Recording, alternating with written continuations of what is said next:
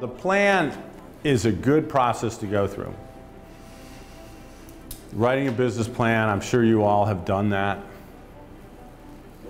And when you get through, 85 or 90% of it is good, 10% of it's out of date already.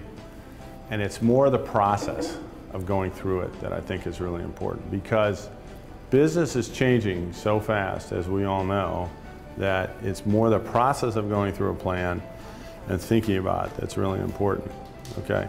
And I actually threw under the plan is, what is your, elevator speech, and what's your executive summary?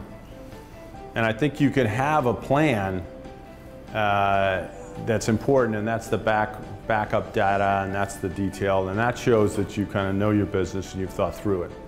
And people will pick it apart, or they'll make comments, or they'll say this is good or this isn't good, or I want more here, or whatever.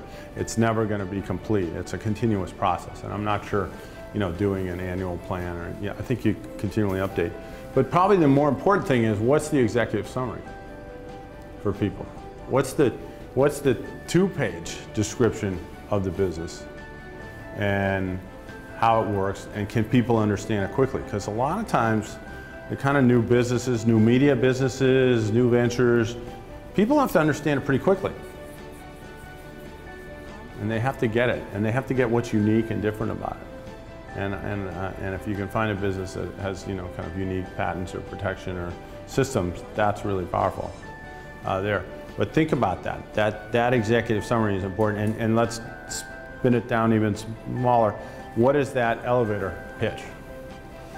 Okay, and I always like to say you ought to have a 1-floor, 3-floor, and a 10-floor elevator pitch.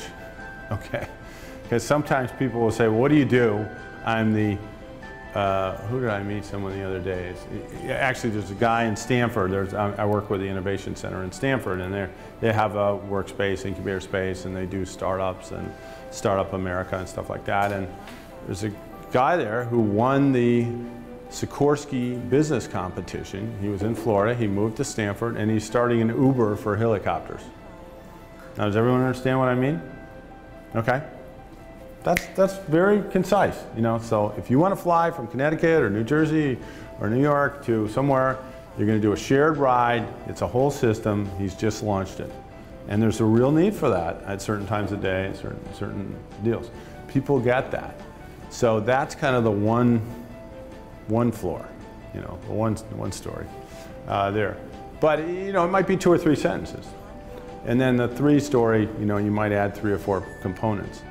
And then the 10-story, maybe you really get into a much deeper deal. But I think you have to gauge people up front, how much they want to hear, how well they're getting your idea and concept, particularly if it's a new concept or it's a different concept. So try and take it, compare it, or build it or meld it to an existing concept or deal that you get, that you understand there.